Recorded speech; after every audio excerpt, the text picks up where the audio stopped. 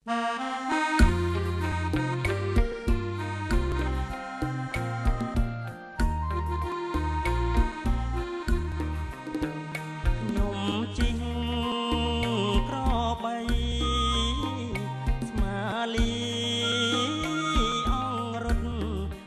រៀងបំភ្លេចនៃទូរពុតនឹងការនឿយហត់តែខ្ញុំខំអត់ធ្វើព្រោះស្រឡាញ់កិច្ចការងារខ្ញុំជាកាំងសិង្ហកកាប់កោះធរណីចិញ្ចឹមអាត្មាក្រៃរួងផ្ញើជីវីដោយញើសកំឡាំងកាយសែនសប្បាយចិត្តអាណែកសេដ្ឋកិច្ចរុងរឿង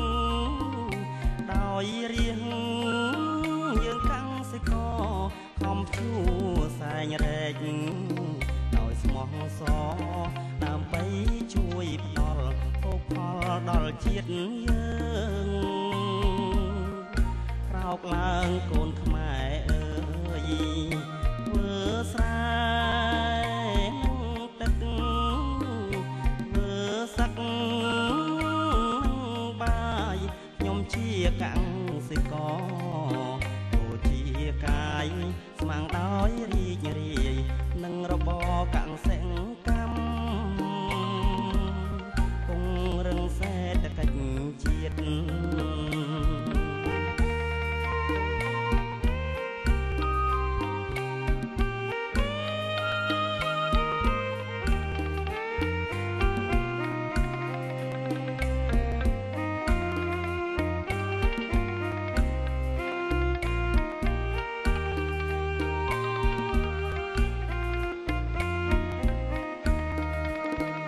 សេដ្ឋកិច្ចរុងរឿងដោយរៀងយើងកាំងសិកខំជួសែងរែកដោយស្មោះសរដើម្បីជួយផ្ដល់ភោគផលដល់ជាតិយើងក្រោកឡើងកូនខ្មែរ